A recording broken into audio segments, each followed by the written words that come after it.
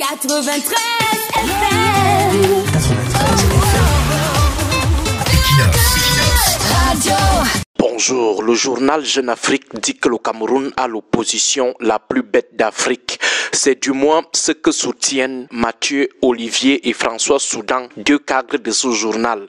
Il y a certes un point d'interrogation devant l'opposition la plus bête d'Afrique, mais à la lecture, à l'écoute de leur développement, même préliminaire, on se rend à l'évidence qu'ils sont formels, ils sont péremptoires. Le Cameroun a l'opposition la plus bête d'Afrique. Le point d'interrogation, c'est seulement pour atténuer l'insulte ou simplement pour ne pas l'assumer de manière ostentatoire. Lorsqu'on dit que quelqu'un est bête, ça veut dire qu'il est un toto. C'est un pauvre con, un ignorant, un étourdi, un myope, un déréglé, un irréfléchi. Alors pour le journal Jeune Afrique, l'opposition camerounaise est la plus ignare d'Afrique, la plus inculte, la plus naïve, la plus incapable. Par déduction ou par syllogisme, si l'opposition camerounaise est la plus bête d'Afrique, ses opposants sont les plus idiots du continent. C'est quand même fort de la part de François Soudan et de Mathieu Olivier. Ils auraient même dû dire que c'est l'opposition la plus molle, la moins organisée ou la moins stratège d'Afrique.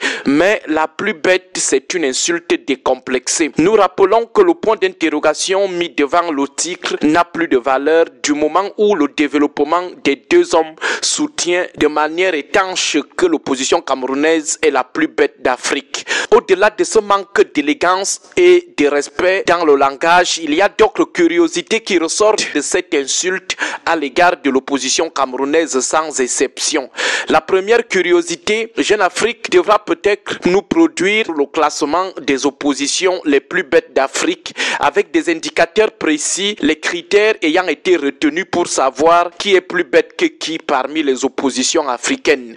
À partir de ces critères objectifs, on vérifiera tous si l'opposition camerounaise est réellement celle qui présente les taux de bêtises les plus élevés, si les opposants camerounais sont effectivement les plus ignorants, les plus incultes politiques d'Afrique. Deuxième curiosité, Jeune Afrique dit que le fait pour l'opposition camerounaise de ne pas présenter un candidat unique dans un système d'élection en un tour signifie qu'elle est automatiquement la plus bête d'Afrique. Que Jeune Afrique nous cite alors un seul pays pluraliste dans le monde où l'opposition a déjà eu à présenter un candidat unique. Il ne faut pas confondre le candidat d'une coalition et le candidat unique de toute l'opposition. Dans le monde, on a des exemples de coalitions avec candidature unique. Le Cameroun l'a même d'ailleurs souvent fait, mais la candidature unique de toute l'opposition à une élection à un tour, même à deux tours, jamais entendu, jamais vu. C'est juste une chimère. Troisième curiosité, pour intégrer même les opposants sérieux dans sa généralisation de la bêtise de l'opposition camerounaise, Jeune Afrique dit que le fait pour le MRC d'avoir boycotté les élections municipales et législatives de 2020 était une erreur stratégique par rapport à la validation de sa candidature en 2025. François Soudan et Mathieu Olivier de Jeune Afrique font semblant d'ignorer qu'une autre élection couplée, législative et municipale, était prévue avant l'élection présidentielle de 2025. Sa tenue à date aurait permis automatiquement au MRC d'avoir des élus et d'éviter le piège de l'interprétation partiale de la question de la nullité du mandat impératif. Mais qu'est-ce que le régime de Yaoundé avait fait?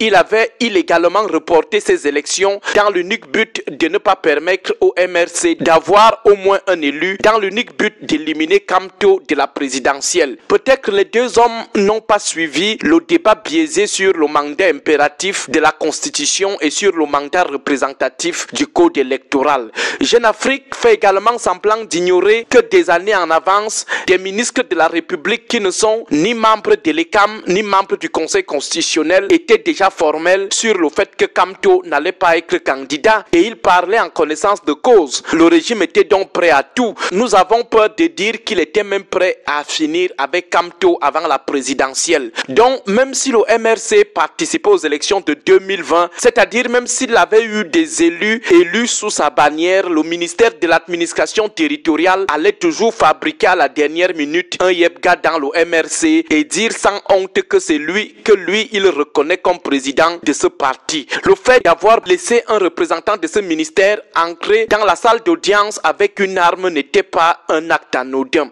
Quatrième curiosité, Jeune Afrique n'intègre pas le fait que, contrairement à la Côte d'Ivoire, le Cameroun a à sa tête la dictature féroce la plus vieille du monde entier. Une dictature pour qui la torture, l'emprisonnement des opposants, la disparition de ceux qui ne sont pas d'accord avec elle est un jeu d'enfant. Et devant un peuple que cette dictature a pris le soin de fragiliser et de diviser par l'entremise de la promotion du tribalisme. Néanmoins, sur la question d'ego, du manque de solidarité entre opposants ou de la convergence de vues sur ce que nous pensons souvent des opposants de rue ou de luxe, sur ce point, nous sommes parfaitement d'accord avec les observations de Jeune Afrique, même si nous restons catégoriques sur le fait que ces manquements criards ne doivent pas valoir à notre opposition le statut ou l'étiquette de l'opposition la plus bête d'Afrique. Bonne journée à tous. 93